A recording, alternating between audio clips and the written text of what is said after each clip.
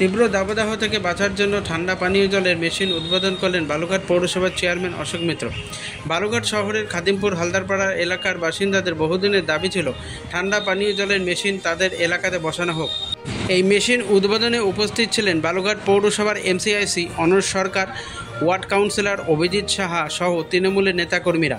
পৌরসভার এই উদ্যোগকে এলাকাবাসীরা পৌরসভাকে সাধুবাদ জানিয়েছে।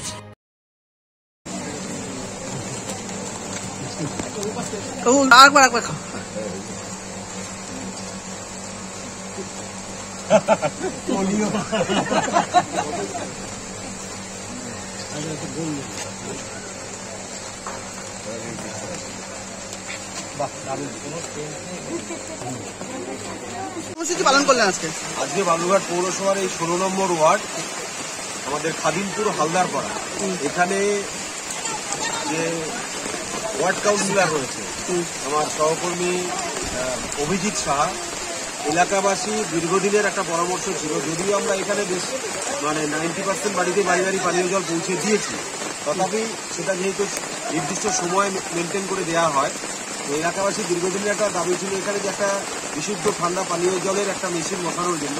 তো সেই পরামর্শটাকে গ্রহণ করে স্থানীয় কাউন্সিলরের উদ্যোগে এইটা আমরা বালুঘাট পৌরসভার নজরে যখনই আসে সেই বিষয়টাকে আমরা খুব দ্রুততার সঙ্গে এখানে আজকে একটা বিশুদ্ধ ঠান্ডা পানীয় জলের মেশিন যেটা প্রকল্প, সেই প্রকল্পটা আজকে আমরা উদ্বোধন করলাম।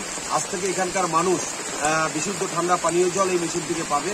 সেই অনুষ্ঠানে আজকে এই ওয়ার্ডের আমার সহকর্মী কাউন্সিলর এবং পাশাপাশি এই দপ্তরের যিনি আমার সহকর্মী এমসিআইসি অনুজ সরকার রয়েছেন এবং এলাকার সুধী নাগরিক রয়েছেন, সকলের উপস্থিতিতে আজকে এই বিশুদ্ধ ঠান্ডা পানীয় জলের যে মেশিন, সেই মেশিনটা আজকে আমরা সাধারণ মানুষের জন্য উন্মুক্ত করে দিলাম। এখান থেকে প্রতিদিন এবং সবসময় এখান থেকে সাধারণ মানুষ পানীয় জল পাবে।